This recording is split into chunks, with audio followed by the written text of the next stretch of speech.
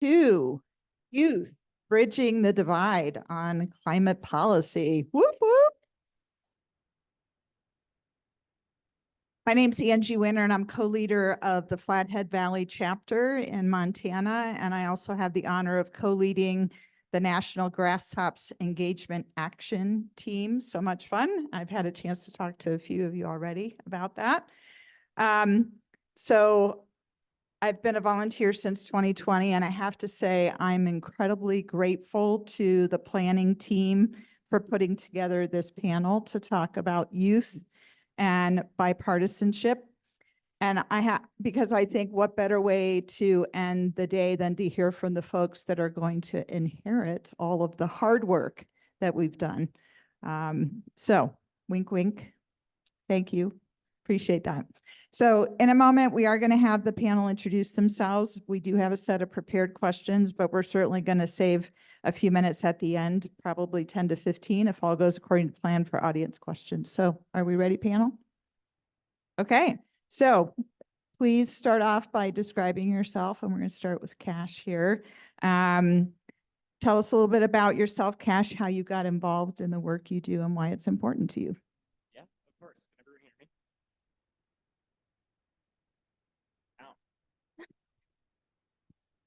Now, there we are. Yeah. It's great to be here. Thank you all so much for coming. My name is Cash Mendenhall. I'm a senior at West High School in Salt Lake City. I'm a CCL volunteer. I do some media management and social media engagement for CCL. I'm really interested in climate policy and water management in the West. And I think I got into this work because when you're raised in the Rocky Mountains, it's a little bit of a no-brainer, right? We're surrounded by both the effects of climate change and the incredible landscapes that we live in. And I'd like to think that we're a little more tied to the ebb and flow of that landscape than other parts of the country. And yeah, I imagine it's a similar story for my other panel members and for you all. Shout out to those of you who are just in the youth session. I'm really happy to be here. My name's Sarah. I'm from Aurora, Colorado, and I currently go to school out in LA. I'm an environmental studies major with a law and public policy minor. So those really intersect for me, being really interested in environmental justice work, advocating for people of color and people of low-income communities because they face the brunt of environmental degradation. And so found out about CCL, just wanting a summer internship, and then got plugged into Bill and Stephanie. Stephanie leads our higher ed team. And so it's been great, almost been a year, been involved with the Denver Metro chapter as well. No, there we go. I'm Hattie Hobart. I am the Western Regional Director for the American Conservation Coalition. I want to say thank you to you guys for putting this panel together. I grew up in central Kansas, and environment wasn't something that was really talked about, but you know, we grew up on the Ogallala Aquifer, which is a huge groundwater supply. So water use was kind of the replacement topic for that. And then when I went to college, I did my undergrad in environmental studies, and I felt like a portion of the conversation was missing. So I found ACC as an organization in 2018, and was really inspired by their work that they were doing to, you know, include conservative and young conservative voices in the environmental movement. Followed them for a couple of years, and then they were hiring for the Western Regional Director position when I graduated with my master's in public administration from Syracuse. And I knew that I wanted to get back to the mountains after my parents had moved to Wyoming from Kansas. So it ended up being a very perfect kind of setup for me. Did I wait long enough? Sweet. Hi, everybody. I'm Mackey Smith. Kind of my role right now, I'm the vice chair of the Salt Lake County Republican Party, and I'm the former state chair of Utah Young Republicans. I believe that climate change is real, and I also believe that if we only have one party talking about it, nothing will get done. So we need good folks on both sides of the aisle to move this issue along. Born and raised in Burbank, California, came out here to go to BYU and have stayed out here doing business consulting and organizational strategy. Basically, how do we help people get along at work? And then once they get along, now let's rally around a strategy. And that's how I like to approach politics. How do we get people on board with each other, address those conflicts, and then move forward? During my time as head of Utah Young Republicans, we became the only state chapter of the Young Republican National Federation to adopt formal climate policies. And that's just something I'm pretty proud of for the team that we had. And it's not because I came in as an expert on it. I'm more of an, like, to just talk about tax system and all the nerdy stuff that might not be as fun. But we formed official climate policies, and we've just really been working to get people on board.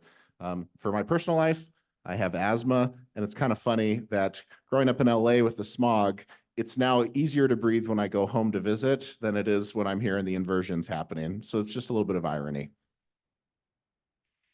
Thank you, everyone. I appreciate that.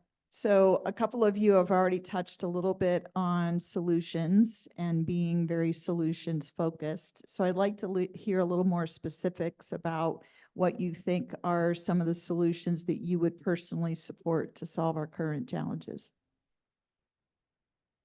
I mean, it's CCL, right? We're going to talk about carbon fee and dividend.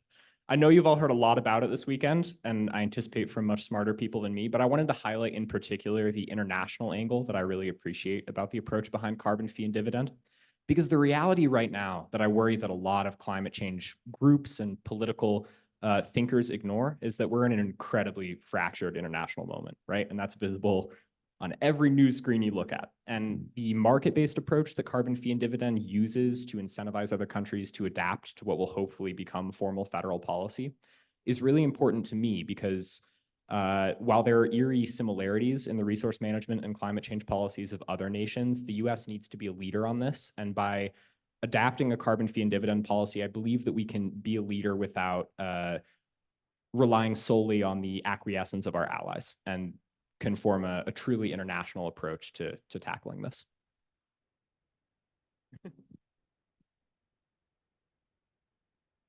I really appreciate the perspective on the global approach. I think what's really big for me in this work is intersectional environmentalism. And so that basically just means understanding that impacts on the environment have different impacts because of systemic issues. And so we can always look at, okay, why may we need a carbon fee and dividend? I know when I first learned about this policy, I was like, okay, this is great, but how are marginalized communities benefiting from this? And it's really great that 95% of costs are distributed to these groups. And so I was like, okay, I can rock with this. Like this is a good policy. So I think all solutions, even when we think about healthy forests and maybe the implications that has on indigenous communities, or maybe we think about just any other policies that CCL has, or anything that you're maybe passionate about, maybe tech and thinking about materials and like resource extraction that's also involved with that. That may even happen, like if you've ever heard of like a vortex city and how the US has so many of those, and thinking about where our waste goes, where we get our resources, just thinking about, it doesn't always have to be like this international approach, but when you think about that intersectionality and how it's impacting other people, how other people's identities need to be involved in this work, it may make you uncomfortable, but it's been uncomfortable for people for years. And so the conversations need to be had in the year that we're in, at the time that we're in, politically in this country. It can be very jarring, and people can just be just very desensitized to things even now.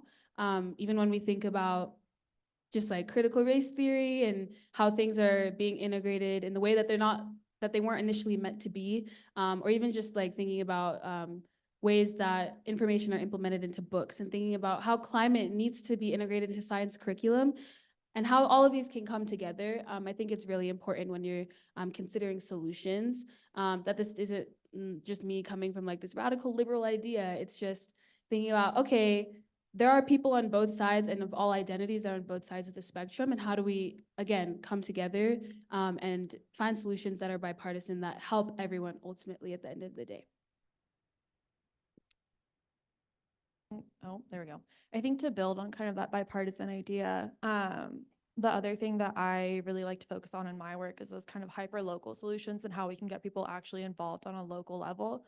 A lot of the time, you know, you hear a lot about like regulation coming from top down, but the people that interact with, you know, the farmland or the forests or the ski mountains, are often the people that kind of know those territories best and know what kind of solutions are going to work best for them. So one of my favorite things that ACC works on is, you know, forest management and permitting reform there, but then also making sure that we have farmers and ranchers who are doing really important conservation work on their private land, that are getting kind of the recognition and the support that they need to continue, you know, putting forward those natural climate solutions that are going to help us with the carbon sequestration and, you know, building buffers for natural disasters and other things that are going to come about with climate change as it kind of advances.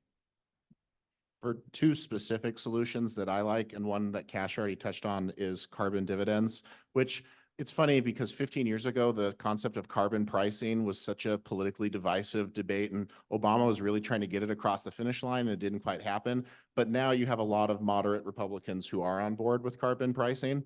And the real reason is because for me personally, and one reason, when we'll get to, you know, the debate, so to speak, of why I'm not a big Green New Deal fan, is there's a lot we can do here, but if China and India and Brazil and Russia continue to emit at the rate that they are, it doesn't really matter what we do, and why shackle our own economic growth when they're just going to continue. So carbon dividends really holds foreign emitters accountable to the same standards that US companies are having to adhere to. Set a level playing field across the board. The EU has already started to adopt those and is going to enforce it against us. So we might as well adopt our own to make it a level playing field across the board. Number two, and one that Hattie has a little bit more from her organization expertise on, is nuclear.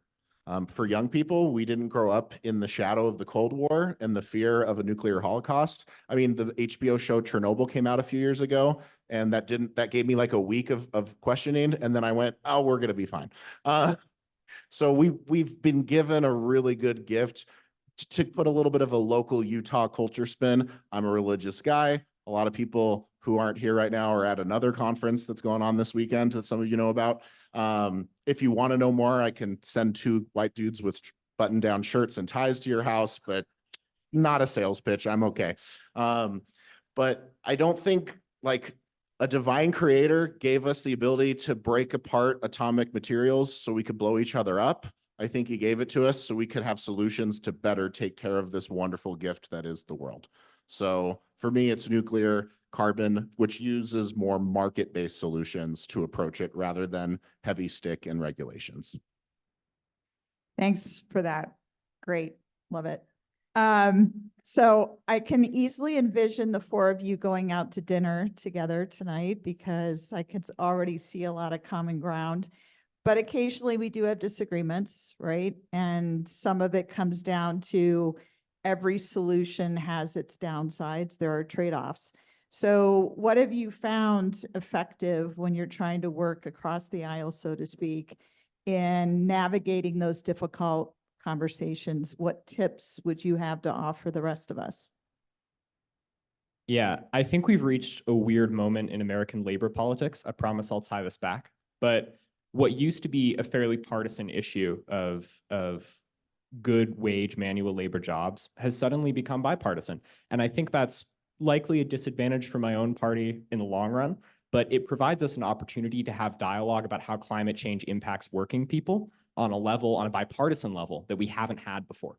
Because the reality is that while affluent people in urban areas might be the ones thinking about climate change the most, they're not the ones impacted the most, at least not right now. And the areas that Republicans disproportionately represent in Congress, the areas that disproportionately vote Republican, they're the areas that are on the front lines of the day-to-day impacts of climate change. And by emphasizing a blend of labor politics and of climate change solutions that create new infrastructure to reinvigorate those communities economically as well as environmentally, I think that's one of the strongest points of common agreement that we have across the aisle right now on climate policy, and it's the one that we have the most to build on. I think it slips under the media radar sometimes, but that's one that I'm particularly excited about. Reactions to that? Okay. I love when labor policy gets brought up because the Republican Party right now has really tried to move more towards being a working class labor party, which I don't think it's been. I think the whole country club Republican identity was it was the brand for a reason because there was truth behind it. When you look at how on a 2-to-1 ratio, American manufacturing is twice as clean as like manufacturing in China specifically, it creates these incentives to, well, why don't we build up local manufacturing, those blue collar jobs? I did a summer internship at Walmart where that was a big part of it, was how do we make green manufacturing in some of the suburbs of Chicago? And the fact that there's some populism within both parties going on, a lot of it dates back to 2016. You had the Bernie bros and the MAGA folks, but they're both were populist movements. And so there are a lot of getting along with those bases because of some populism. So I just think what Cash says is spot on. Ladies, any other comments you'd like to add, tips for talking across the aisle?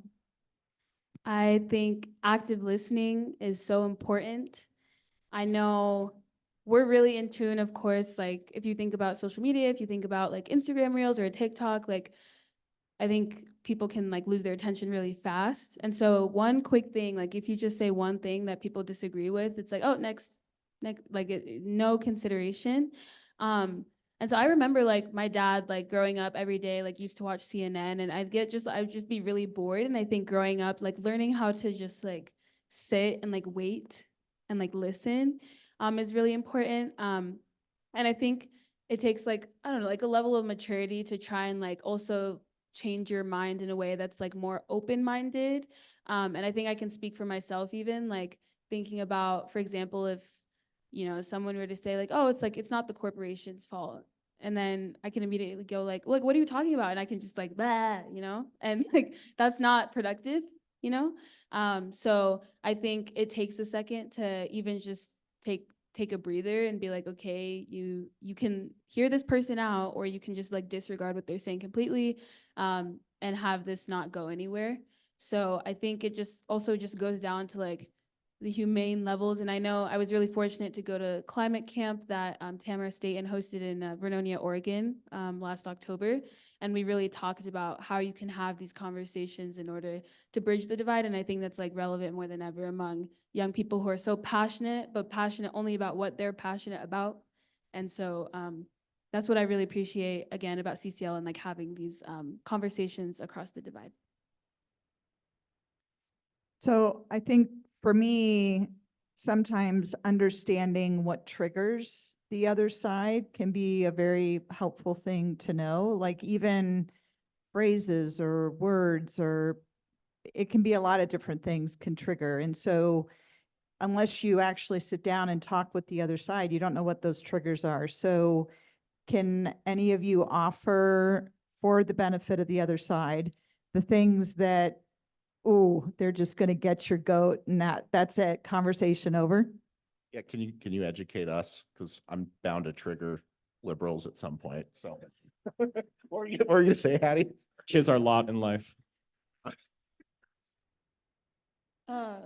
I guess I'll Yeah, start. go I feel like one of the most frustrating things for the right side is we feel often that there's kind of this all or none attitude when it comes to climate work. And so it's like we either have to get the entire Green New Deal passed or like nothing happens. And so one of the things that I think, you know, kind of ties back to the last question is you have to meet people where they're at, and you have to meet people where they're kind of comfortable talking about climate solutions, and, you know, where they're comfortable kind of like making those little changes. And they might be little changes that end up becoming big changes and bigger movements. But if you're not willing to kind of start with that incremental change, then it's hard to start getting that ball rolling. You know, Rome wasn't built in a day. To her point, if you're talking about, say, agriculture reform, if you go, and this farming policy will help reduce climate change, suddenly all the farmers are like ignoring it. But if you say, and this will help with having a better clean air in your neighborhood, or having cleaner water for your farms, you have to tie it to the words that they're going to like. I was talking to a baby boomer friend, and he goes, just don't call it climate change, call it something else. And I go, well, I thought us conservatives didn't get triggered by words. What are you, a snowflake? No, but the idea is just, yeah, saying this is how we take better care of the environment instead of saying climate change. I think in this room, we can use the words we need to use, but just knowing that some people are just going to immediately assume based on a couple of terms that you mean XYZ, when in fact, you're just talking about improving the environment. Yeah, I agree with that. I think resource management, particularly in the West, is a good alternative campaign buzzword to climate change. Did we just become best friends?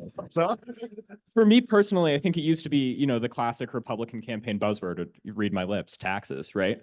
But lately, I think the one that triggers me is the association of economic growth as an opposition to climate change, when in reality, there is so much we can do with reinvestments in public infrastructure, in the labor policies that we were talking about, and in building the mechanisms, both direct, like solar capture and windmills, and indirect, like new transportation networks that are going to power us to both a more sustainable future and a more economically cogent and more fiscally sustainable plan for the 21st century. So yeah, that's kind of, I think we need to tie economic growth and climate change together in a more cohesive way for the benefit of both parties.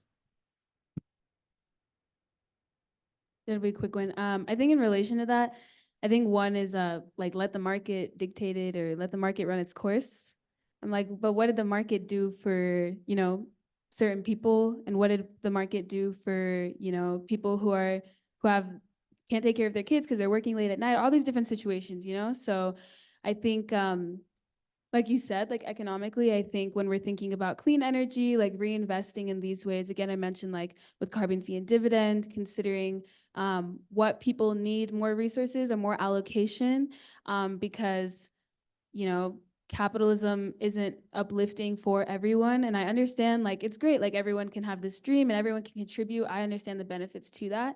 But even thinking about like, you know, marginalized groups, my identity, my parents being immigrants, just thinking about all these different things, and like, were people who looked like us or were certain groups of people like involved in what the great American dream was? And I know what it's become today, and I really appreciate that. But maybe that's like one thing that kind of gets at me a little bit. Yeah. Thank you. So we know well that CCL really works to make climate or resource development or resource allocation or whatever our new terminology is, to really make it a bridge and not a wedge issue. So for the four of you, what gives you hope that we can actually work together to make this different? Well, first, let me say that capitalism is the greatest thing ever. But I will say the invisible hand has severe arthritis going on. So I get where you're coming from, Sarah. As far as bridging the gap, I think part of it goes to just as younger people get involved. And we have to make sure that we don't just point at generations behind us and say, like, you messed up, because they did the best they could with what they did or with the resources they had, and they progressed things, but we can build on that progress. And so for me, I just think the amount of young folks, like as a millennial, which makes me kind of the elder statesman on this panel, I grew up watching Captain Planet. So I'm like, yeah, go environmental policy. Like, as culture changes, I feel that Gen Z, millennials, and now Gen Alpha, as they start getting older, I think are naturally going to have a lot more openness to environmental policies that I don't think we would have had 20, 30 years ago. I also think with Western droughts, increasing rates of natural disasters, people are more aware of the effects of climate issues. And so I just think I hate to say that, oh, it's just going to naturally solve itself, but culture change, I think, will play a huge role in that. Really agree with the culture change part. I know, like, when I'm on campus in Los Angeles, and a majority of, you know, the Black population that are there, they're like, oh, I'm from Atlanta, I'm from Philly, I'm from New York. I'm like, I'm from Colorado. And they're like, oh, like, what's in Colorado? You know, so I think naturally when you're thinking about, okay, how am I engaging people in these spaces? I think it was really great. Like in January, we ran a Mountain West like diversity and inclusion call. And it's like, there are people who may not look like you, or there are people of color who are in these areas. There are young people in these areas. I was mentioning earlier in the other youth session that, you know, the majority of people who are getting involved in this climate work now, it's going to open up. And the majority of young people now, even when you're thinking about, okay, there are more diverse groups of people that are coming in, even on a global majority, like people of color are like people of the global majority as well. And so I think culture will naturally shift in that way as well, where people, of course, whether they're liberal or whether they're conservative, have different identities. And so that'll kind of shift, okay, like, how can we engage this policy? And even thinking about in the Mountain West, like, I was really happy, like, we worked on extracting those percentage numbers for that presentation and saying, okay, you have, and maybe in Arizona, you have more of a greater like Latino population that you can reach, that can include youth and that can include that demographic. And then all across the Mountain West region, indigenous communities especially as well, and how thinking about the work that they're doing has already been like stewarding the land is another example. So I think along with that, with just the demographics of Gen Z and Gen Alpha, like naturally just carrying through, that's going to be reflective in climate work. I can confirm that there were a ridiculous number of environmental policy wonks in my master's class. So the culture is definitely changing. And young people are very much interested in working in this space. But then the other thing that gives me hope currently is that there's a lot more bipartisan engagement. They were talking about the bipartisan nuclear package in both the House and the Senate this year that I think is going to be kind of a huge deal. And then the same thing with permitting reform as well. But yeah, I think that there's a lot more engagement on it. And you're also seeing in our polling at ACC, you're seeing that the majority of young conservatives do care about environment and are passionate about, making sure that that's a priority for all of us in our future going forward. Am I good? There we are. Yeah, I think my source of hope for bipartisanship is fundamentally local. I know that I seem to suggest a more internationalist posture, but I think those two things can work together. And I think I'm inspired by the level of autonomy that local organizations, whether they be reservation governments, whether they be cities, whether they be counties, and particularly states. I'm not a states' rights person necessarily, but the negotiations we've seen in the West between California, Utah, Colorado, Nevada, Arizona on Colorado River management in particular recently has been a massive breakthrough in terms of government legislating climate policy away from the strict purview of federal guidelines.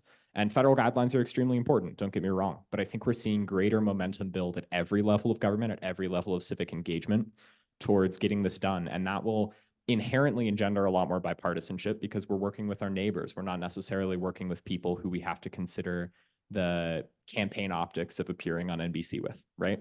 And I think that's going to be vital in solving this. To build on Cash's point real fast, at the local level, we're able to use AI now. There's things called automated water meters. So before it was, if your house was leaking, gallons are wasted, tons of gallons. Now the city knows and it can turn off your water in certain ways, so you're not wasting it. Those kinds of local technologies are going to be things that we're all going to be able to reap the benefits of. Take the human error out of environmental issues. So a lot of what I just heard implies that we, the older people, don't necessarily need to actively seek to engage the youth, that it's already happening. So first of all, I want to know whether you agree with what I just said, or if you feel, in fact, that we, the older group, need to be doing more to engage. What are some tips for doing that? Most environmental groups, CCL being no exception, are a bit older. But I think the role of older people at every level in engaging us in climate change is not necessarily in engaging us in the importance of protecting the planet, because I think we've done a pretty good job of that ourselves. But it is in providing options for us to engage with the frameworks, whether they be political, policy, civic, local, personal, that will allow us to not to suggest that us individually are going to solve climate change, but I think those actions go a long way in getting you more involved and more consciously aware of not only the fact that climate change is around us, but the ways that it expresses itself at every kind of political level. Because I think young people are incredibly motivated by climate change. We think about it all the time, but for too many of us, it appears as an existential threat that we personally can do little about. And while the impact of our own carbon footprints is fairly minimal, I think organizations like this, older people in general can provide us better options to engage with climate policy in a way that is productive and meaningful to us personally. And I think that has both personal and potential political benefits. I would agree with a lot of that. I would say that the youth are engaged, but they're not necessarily organized. So I think, providing opportunities like this to get organized, or, providing outlets to have a local impact. ACC being one of the younger climate groups, we do a lot of like hands-on climate work because that's what the young people are kind of craving, is like options to get out there and get their hands dirty and feel like they're making a difference. But I do think that the role of, older, more mature organizations is definitely in, the organizing and then also the mentorship of that kind of next generation of leaders, because you guys obviously have a lot of life experience and have a lot of experience working within a lot of the systems that we are operating within, and having that kind of perspective on what comes next and how do we move this way and what are kind of like the strategy points of it, I think is incredibly beneficial. Okay. I'm curious, how often do you have conversations with your friends about voting? Whether they're voting, who they're voting for, whether voting even matters in the world anymore. I'd love to get inside your head about some of those conversations.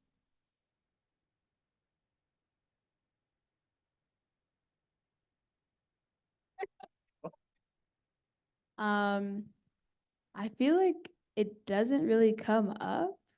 The most recent conversation that I had about voting was with a friend like during primaries, and he said he wasn't gonna vote, and I asked why, and he was just, it's still surprising to see that young people are still like, he was just like, oh, like it doesn't matter. And I guess it's fair to some point when you think about like what has happened like in current events and thinking about, oh, like it's not gonna matter anyway because this is still gonna happen, which is really pessimistic. But yeah, I feel like it doesn't come up unless it's like something crazy that's like happening, and people I don't think revert to voting as like a solution.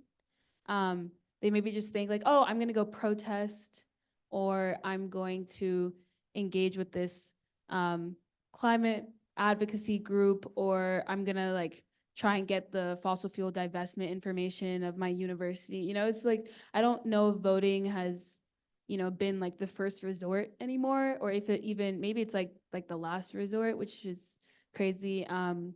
And like even people, we recently had this like young women's conference during Women's History Month, thinking about voter suppression, and a lot of the like LA youth, like they didn't know you could register early to vote, and I know I did that in Denver. So I think maybe we can integrate like more revamping and more like PSAs about like the importance of voting. I know like Beyonce did one a couple of years back when Biden was running. So yeah, I don't think it really comes up, which is quite interesting. Yeah, unless it comes to like drastic means with like the recent election that happened and the upcoming election.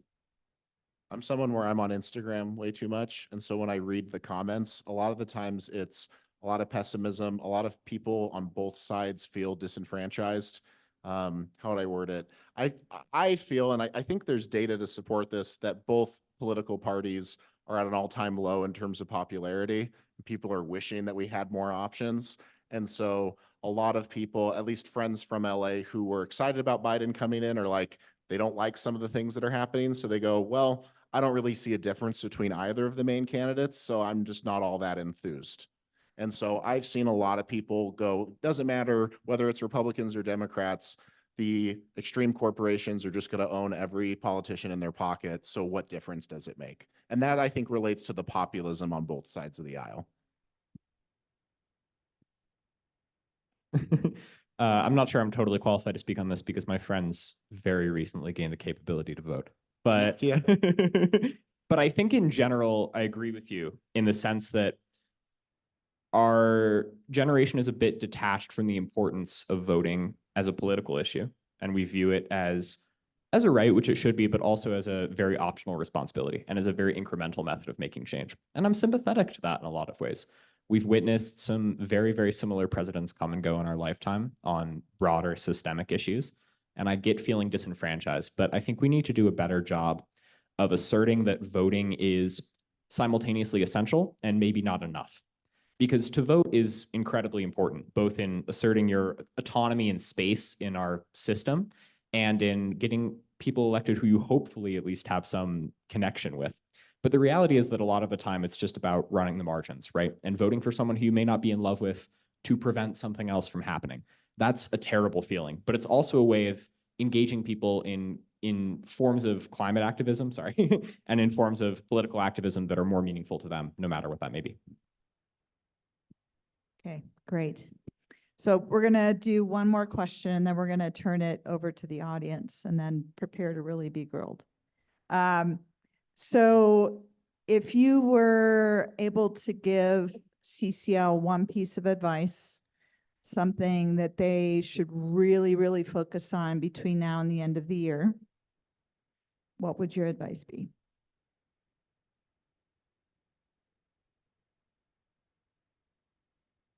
In regards to young people, Whatever's top of mind for you.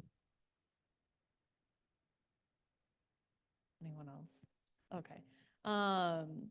I mean, I feel like we were talking about this a little bit in the last session, so that's why it's top of mind for me. But we're talking about youth engagement and kind of how you reach those demographics if you're near a college or are kind of like involved with any kind of young professional organization.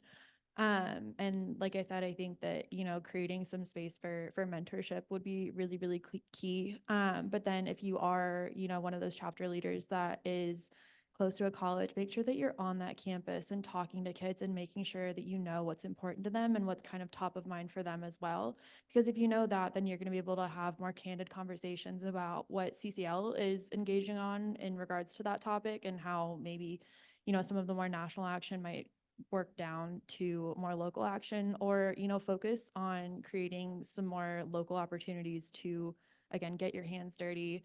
I know that our Bozeman chapter did, it was like a snowman protest, where they did snowmen outside of the Bozeman Public Library as like a "don't let me melt, save the snow" kind of thing, which I think is adorable and super fun. And if you're a college kid and you're really in Instagram or TikTok, you know, that's a great social media opportunity. But, you know, making sure that they're heard and that they're also, you know, given opportunities to do something, because I think that a lot of what the younger generations are looking for is something to do.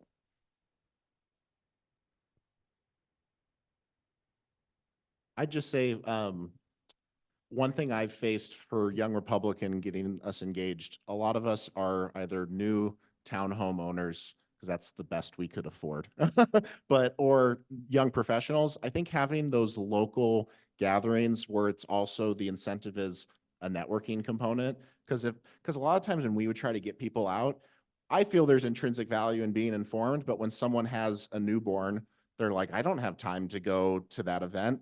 But if you say, hey, it's also going to be a young professional gathering, and we're going to talk about specifically Wasatch Front air quality and how we can address it, then you might have a little bit more incentive to go, because there's also a network effect. I think also just unlock the selfish incentives that we all have of like, oh, how will this help me? Oh, I'll meet cool people, make new friends, instead of it just being, you're supposed to know about the environment, dummy. That's why like guilting people to go to events. I'm not saying you're doing that. I'm just saying sometimes I did that ineffectively on my end. I think I'm like really excited for what's to come with CCL, just knowing about it for like almost a year now. And I understand, I've spoken a lot about diversity, and I think, of course, that's really important. I know CCL right now, like Karina Ramirez, she's the diversity and inclusion director. And so that's, you usually hear like DEI, but we just have DI. We don't have the equity part. So I think equity needs to be integrated into all of the policy areas. And I think that just involves like the language that you're using. I remember even, I'm not saying like revamp the entire organization's name because I know it's been here way longer than I have, but I remember I was talking to a member of Green Latinos, and I was talking to him just thinking about, oh, like how can we maybe collaborate? I know a couple of members from Colorado CCL were thinking about, oh, how do we reach out to other organizations and make it more inclusive? And he even mentioned something that I hadn't even thought about, and how even like the word citizens may not include everybody who are in the United States, who are constituents. And so I think just that equitable part, thinking about, you know, there's a difference between equality and equity. Equality is great, but thinking about how we can just integrate solutions that involve everyone in a way that maybe pushes and boosts some groups up, but in a necessary way, so that we are at that that equal playing field. Yeah, it's an election year, so I imagine for CCL on the grand strategy level, it's going to be a lot more messaging and a lot less lobbying than usual. And in regards to that messaging, I think this is something CCL does well, so it's as much a reaffirmation as a recommendation, but there are a lot of assumptions that people in politics in general make about young voters. And for me, one of the most frustrating is that we're kind of policy illiterate, right? That we vote based on movement or based on ideology, and that we're too, I don't know, TikTok attached or whatever to read a bill. And I think that's the opposite of the case. And CCL does a great job of publicizing the intricacies of our policy plans. But we need to do that even more, because I think one of the best methods of combating the pessimism among our generation that we just talked about is through providing them specific alternatives to get attached to. And those specific alternatives look like policy. They don't look like conceptual promises. And of course, you need a mix of both, but continue publishing the details of policy, continue pushing the details of policy, and make sure that that's a heavy emphasis going into November. I think that'd be my advice. Great. Thanks for the suggestions. I know we got a recording of that, right? Because I wanted to write all of that down. It's good stuff. All right. Well, this is now time for audience participation. So I see a hand, Mark, over there. Oh, you can't have it yet. Oh, I've been, because you've been waiting because patiently. I have control of the Right. microphone. Right. So I've been passing around the microphone all day, and I have a question that's just burning in me. I wanted to get out. So I went and grabbed the microphone early so I could be the first one. So thanks for a fantastic example of how to bridge the divide across some very difficult areas and very sensitive issues. My question or challenge is, what are you personally going to do to help teach we older folks how to behave better?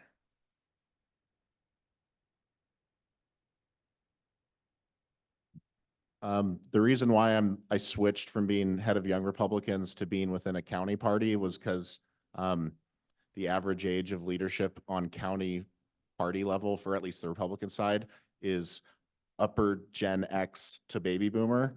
And so for me, it's when the guy with the MAGA hat says something that's kind of outlandish, me going, hey, like I get your passion and I appreciate that you're really passionate about this. I think something more effective to say would be this, because we want to win at the end of the day, right? So we want to get people to listen to our perspective more. So I'm kind of coaching them on talking points of how to not just throw grenades in conversations, but maybe leave it open-ended.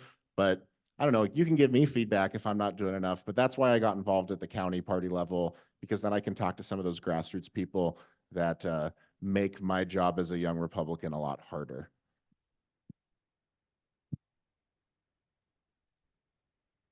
Tell me I'm not doing enough. I'm totally okay with that.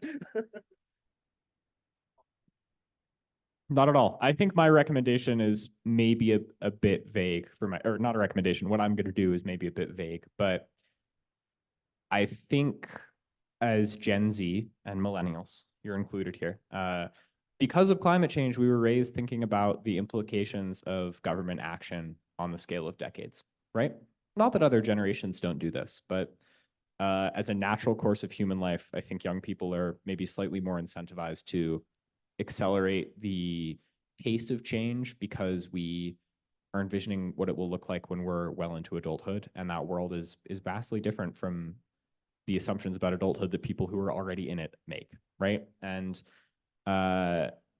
not that everyone loses that perspective, but I think reminding people to consider what their actions will look like in decades, not only at the next campaign cycle, is a really important part of, you know, whatever small work I'm doing on this issue.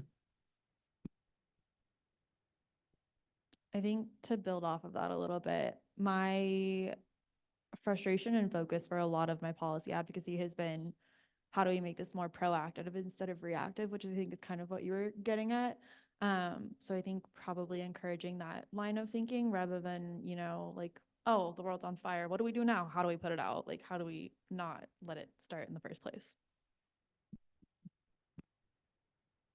Just continuing to stay open-minded. I'm really appreciative that all of you guys are here and invested in even like what youth want, or the ways that youth tackle this issue of climate change. So yeah, I think just staying open-minded, asking questions of youth like you just did are really, really great ideas. And then thinking about, oh, what are ways like they're already implementing this work? It may seem like a little more fast-paced, like he was saying, but I think kind of just like keeping up with that and asking like, hey, how can I help here? Especially when we think back, I was really, really resonating with the mentorship piece. I think youth really resonate with that as well. So just always being there and being available is just a really great part. One of the things that you touched on in the other youth session was like intergenerational spaces. And so trying to create more of those so that we can like have and foster more of these conversations, I think would also be really helpful. Who are the Utah voters here, like the locals? Help me get John Curtis the Republican nomination for Senate would really help a lot, because then we'll have like a guy who gets it on the right side of the aisle in the Senate. For those of you who know this reference, LBJ said both I'm about to swear. Okay. Both houses are honorable work, but the difference between working in the House and working in the Senate is the difference between chicken salad and chicken. We got to get a good guy working on the chicken salad who can get some environmental policies going. That's something very specific that you can do. If someone recorded that, send that to John so I can get brownie points with him. Hello? Oh, okay. My question is, I was just recently at my caucus meeting. One of the things that really disturbs me is that you hear 70 to 80% of the voters in America don't even like either of the old dudes running for president right now. And so I don't even blame the young people for being apathetic. I don't mean to insult half this room, but I would think possibly a younger candidate might be helpful. But my real question is, what do you think of the no labels idea? Because a lot of people really feel the parties, both Democratic and Republican, have really gone off the deep end on both sides. And the no labels people are trying, I think, to bridge that divide in some way. So from your perspective, what do you think of possibly a no labels type of candidate or something? Well, this is kind of an academic question now, right? They've pulled out of the presidential race, but I think the reason for that is because all of us, intergenerationally, have shifted our framework of viewing a president from one where we feel a deep personal attachment to this person and one where we primarily vote as an act of opposition, right? We vote for someone because they're not someone else. And there's a variety of reasons for that, right? Media, politics, the policy issues that we're dealing with, they've changed a dramatic amount since I've been alive, since all of us have been alive, right? But I think the way to combat that may not be a well-funded third-party presidential bid, but it may be stronger and more vigorous action at lower political levels. And that doesn't necessarily mean the lowest, as great as community councils are, right? But House races can be deeply impacted by grassroots activism. They can be deeply impacted by campaign volunteering, by going out and knocking on doors. And it doesn't always guarantee success, but in electoral politics, you have to get really used to losing. I think to bring both parties to a space where we feel more comfortable with them as voters, to a space where we feel like they align better with our values, we need to make sure that our communities are adequately represented, because I do believe that the professional rank and file of the party, the House members, the senators, the staffers of those people have a big impact on how presidential candidates portray themselves, at least to us as voters. Does that make sense? More or less? Strengthen the moderate wings within each parties. I'm only talking from a Utah Republican lens. We use the term dog whistling usually because there's a negative use of it. In Utah Republican politics, there's almost like moderate dog whistling without alerting to all of the rank and file Republicans that you might be a little bit more moderate, because then they'll just call you a rhino and kind of kick you out like what they did to Becky Edwards. So you have to be able to build a coalition of people who are level-headed and be able to communicate with each other and grow that group. So that way you can be more open about your more moderate leanings without alerting the Mike Lee base. I hope that makes sense. So you have to have that in each side. Like I have to talk about stuff without alerting the MAGA folks that I'm not super MAGA. And how do I walk that tightrope? If there's more people on the tightrope with me, we can all balance on each other. We're a little over time, but this has been such a fantastic conversation. Are you all okay answering a couple more questions? Okay. No, I'm just kidding. It's a two-part question. The first is, do you think your generation cares more about climate change and the environment than the older generations? And two, do you think your generation is going to do a better job of dealing with climate change and the environment than the older generations?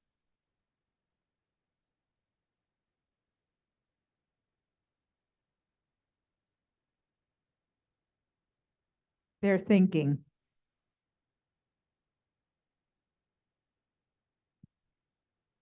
I feel like, I don't know if a better job is the way to put it. We just have more knowledge and more skills of it to better address it. So like kind of what Mackey said earlier, like older generations have done the best with what they have.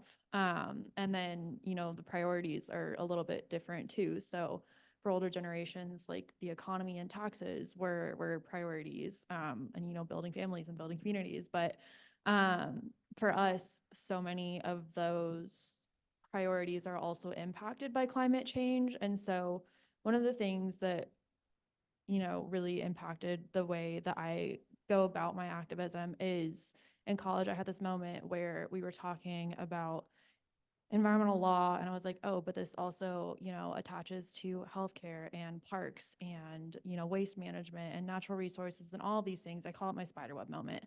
But I saw all of the threads kind of like connect together. And so when you look at it through that lens, then, climate just becomes a bigger priority. And so it becomes something that's factored into all of those decisions that we make kind of automatically.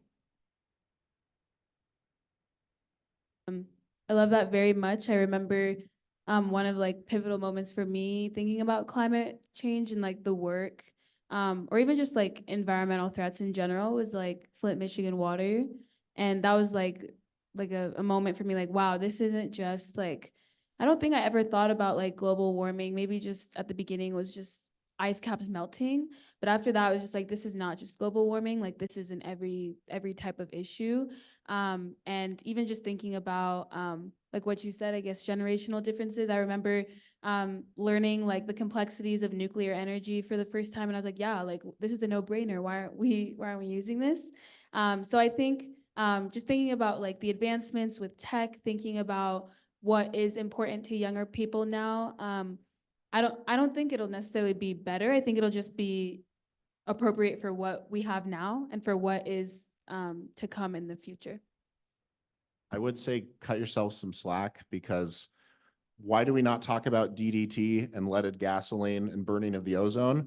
Because y'all got some really good home runs. So just there are new challenges that our generation has to take on. So don't be so hard on yourself, because you did the right thing. Yeah, clap for yourselves, you narcissists. No, I'm just kidding. Okay, we're going to take one more question and then we're going to wrap it up. Right here. It's coming to you. Thank you. So my question mainly is, kind of two-part, but like since your jobs is like more activism and outreach, I would like to like as two questions that they're the same question, two ways that relate to different groups. Firstly, with a lot of minorities, they see like environmentalism as just white people crap. Like, why should I care about that? Just hippy dippy crap. And then also there is a more so on the right, let's be honest, this denialism and conspiracism of like what's happening. You can also just be able to, so like how do you like combat the apathy from people and denialism? And also one last thing, the need to sacrifice, to make sacrifices, like using less trash like this, or not being able to drive a gas guzzling car anymore. So like, how do you talk to people about these tough things, especially when they're heads in the sand, they don't care, or they don't want to hear about it? Does that make sense?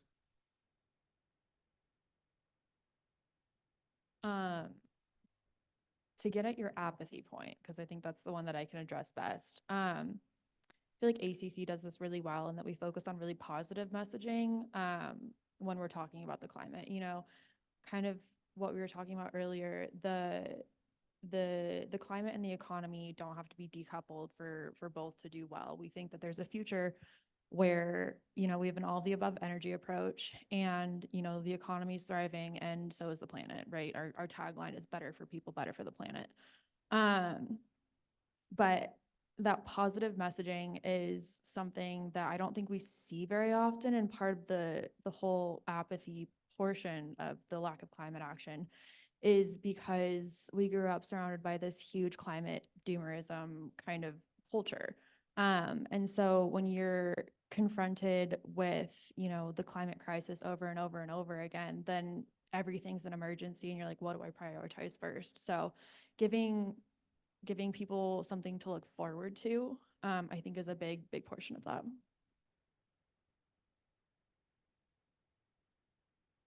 I really resonate with the first part of your question. Just thinking about, you know, what it looks like with my involvement with CCL, what it looks like as a college student in this major program.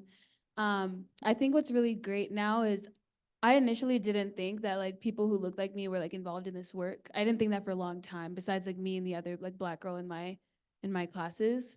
And what's really great is LinkedIn. And so I know people have mixed reviews, but it was crazy. Like I think along with conversations that I've had with like Karina and Stephanie, who are like representative, of course, of like people of color at CCL as well, just having like very like open conversations with them have been really nice for me. But then just going on LinkedIn and finding there are organizations and like people who are like pushing and like prompting for spaces that really prioritize like people of color in this work.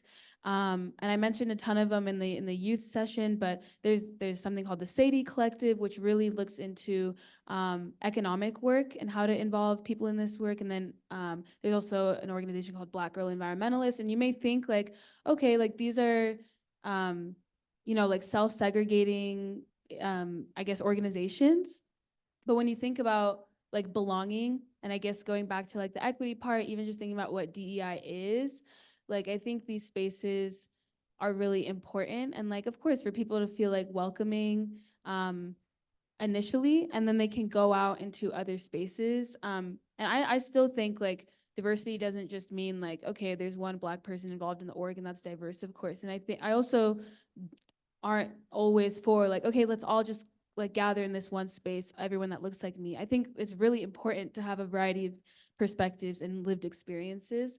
But I think organizations like these that help like foster that, and especially they're tailoring towards young people, college students, and people who are like just out of post-grad and like, what do I do? How do I enter this space that hasn't always been the most welcoming to me, or where I may feel like an imposter in this space? Just having that support. And then you think about, oh, like, I guess organizationally wise or corporation wise, how they can integrate this. And I think it's really important. It can be tiring to like have to be like the one person who's in the space, but I think personally that like that's like my role. And like I have, you know, thinking about people who weren't in this space beforehand and thinking about like the future of what this space looks like, that like I have, you know, a responsibility to engage in it, in whatever way it looks like. Yay. Cash, did you want to add something?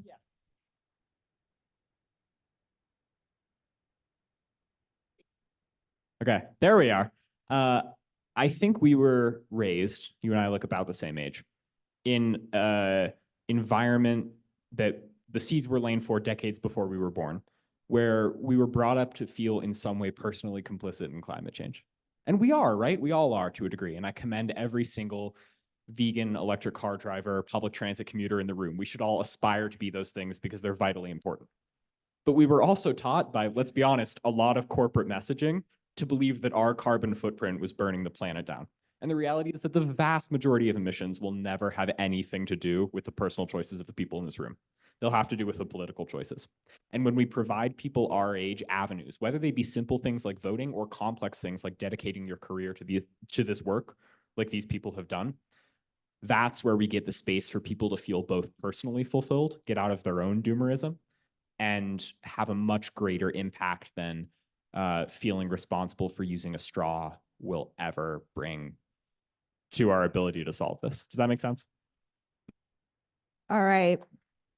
So I want to thank the panel so much. I have learned a tremendous amount. Honored that you would spend your time with us. And thanks for everything that you're going to do going forward as well. Let's give them another round of applause.